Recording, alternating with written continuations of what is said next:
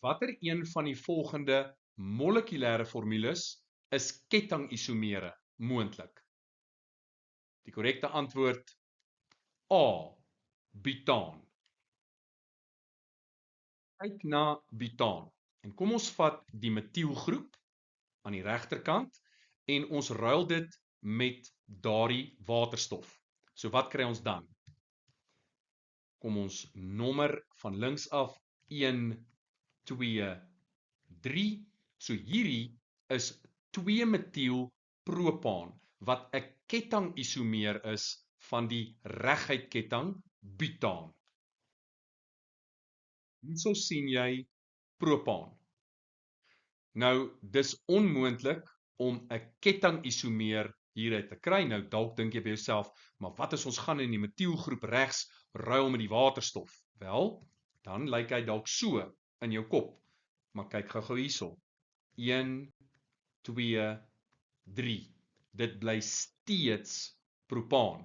Hierdie is nie 2-metiel-etaan nie. Daar bestaan nie so iets nie. Hierdie is propaan. So daar is nie 'n kettingisomeer moontlik vir propaan nie.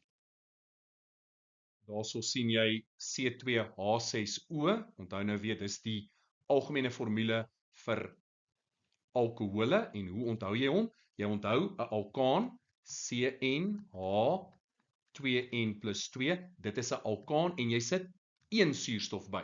Nou, hier sien jy etanol. Jy gaan nie hier uit 'n kettingisomeer kan skep nie.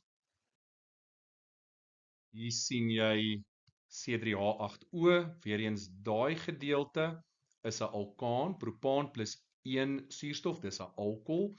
Onthou hom maar so. As ons nommer 1, 2, 3, so hierdie is propan-1-ol. Nou, hierdie is interessant. Daarso is jou metielgroep en daar is 'n waterstof. Nou wat gebeur as ons daardie twee omruil? Kry ons dan 'n kettingisomeer?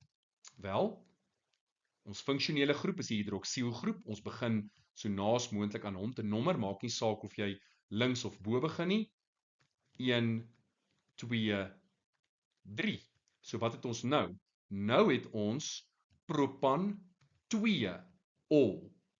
En aan die linkerkant is propan-1-ol. En propan-1-ol en propan-2-ol is nie kettingisomere van mekaar nie, maar wel posisionele isomere van mekaar. En dis hoekom hierdie nie die korrekte antwoord is nie.